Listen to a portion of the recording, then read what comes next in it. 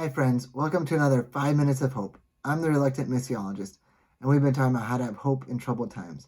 And for the next little bit, we're going to be talking through the suffering servant passages in Isaiah 40 to 55, which on the one hand can seem quite depressing, but on the other hand, when we see what God is really saying through all of this picture of suffering, we can grab onto quite a lot of hope, especially as we look at what it means through the life of Jesus.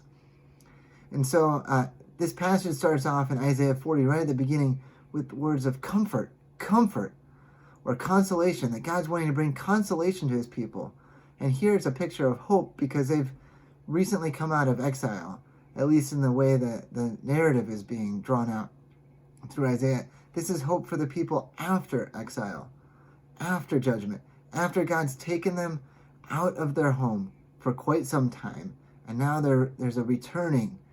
And in some ways, it's a returning to God, that through this judgment, people are turning back to God. Through this time of great trouble in the exile, all kinds of stuff is happening on the inside of who they are, that's drawing them closer to God, that's refining them. And it's out of this place that God's saying, comfort. And I don't know that I have all the answers to why they had to go into judgment or go into exile, or all the things that go on with judgment and trouble and trial.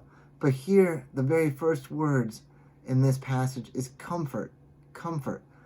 And God sees where we're at and knows where we're at in all times. And he's wanting to bring us into something and through something. And he brings us through the fire. He brings us through the flood. And this is the thing he does to refine us, to shape us, to make us into the people he wants us to be. Over and over again, God uses the things that happen in our life to shape us.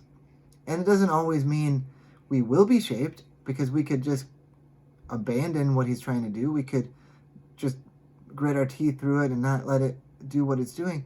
But when we allow God to work in us, or when we take these trials that are happening to us, whatever's going on in our life, and for many, it's what's going on right now in this current public situation, public health crisis, economic situation. God takes this as we turn to him to shape us, to mold us, to let us really feel his presence in this time. And that's the thing that I think we can hear from this passage as he's pulling us through. What he says to his people as they're coming through is comfort. I'm here for you. And what I think of here is I think of a God who empathizes, who hears what's going on in our heart, who comes close to us, who sees us, and he says, I feel your pain. I'm right there with you.